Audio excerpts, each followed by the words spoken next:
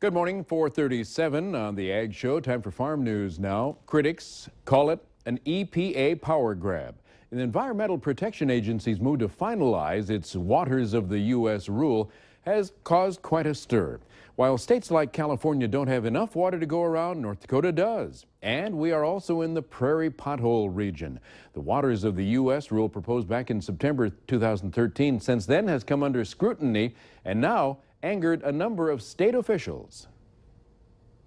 The Environmental Protection Agency recently finalized its new Clean Water Rule, or Waters of the U.S., as it was formerly known, leaving a sour taste in people's mouths. Our agricultural industry, our industrial, even our municipalities are very concerned about having to go hand in hand to the federal government seeking a permit every time they want to utilize their own property. Critics of the rule say it will allow the EPA to regulate waterways previously not under federal jurisdiction, including puddles, ditches, and isolated wetlands. So in here now, they are clear that puddles are not covered. But when they're saying puddles are not covered, what does that mean? Because there really isn't a definition of a puddle, and so we don't know, again, what's not covered.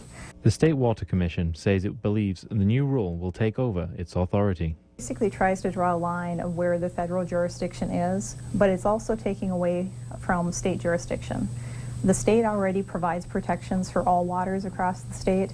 Attorney General Wayne Stenehjem says he will look over the rule fully before deciding where to go next. Visiting, as I have been, with my Attorney General counterparts across the country to determine if it is appropriate and if it would be useful to commence litigation. It appears at this point that may well be where we're headed. Members of Congress have stated that they will be trying to get the final say on the rule. Now, immediately, Wednesday, Governor Dalrymple sent a letter to EPA Administrator Gina McCarthy saying the rule was, quote, unacceptable. And the proposed Waters of the U.S. rule clarification final.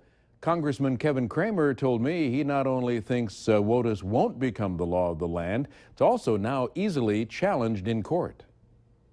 It's difficult to file lawsuits with proposed rules. It's easy with final rules. So I expect industry groups and whatnot will be filing a lawsuit. I actually think it'll take a long time to play out, but I think, you know, previous Supreme Court decisions are going to prove to be pretty helpful in the lawsuit this time, because the point of previous U.S. Supreme Court decisions, two of them, is that the EPA is to clarify the definition of waters of the U.S. Well, they claim they clarified it. In my view, if they clarified it at all, they clarified it in the wrong direction by growing their jurisdiction as opposed to refining their jurisdiction.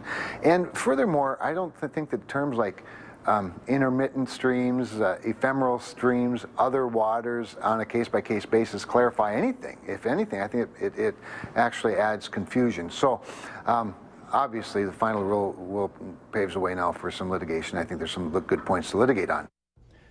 So it looks like the next rule is going to be for the courts. Well, a fairly good turnout for the Women in Ag Roundtable yesterday, sponsored by North Dakota U.S. Senator Heidi Heitkamp, as a way to network and empower women in agriculture to take more leadership roles.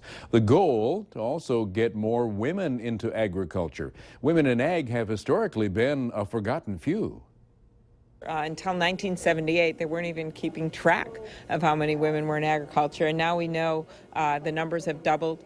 There are now over 1 million women across the country that are working the land.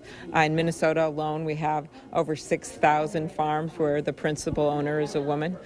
So we've had changes happening. We talk about women being undercounted here, but pretty much every other country you go to, it is women who are the primary farmers. A lot of it's subsistence, but making those connections and building out our resources here and building out leadership among women, I think is going to have a great global outreach as well.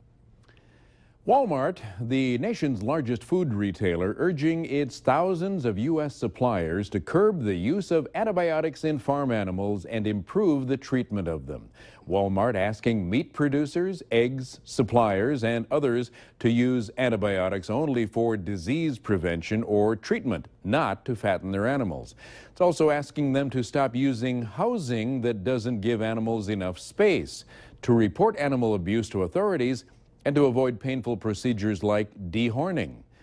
The push, part of an industry trend that responds to shoppers who want to know more about their food and choosing foods they see as more healthy or natural. Also comes following reports from activists of animal abuse at farms supplying Walmart and other major companies. All right, coming up on 443, coming up after the break, we're checking out the forecast for farming today, and probably not many wheels turning in southeastern North Dakota, where there is a flash flood warning this morning.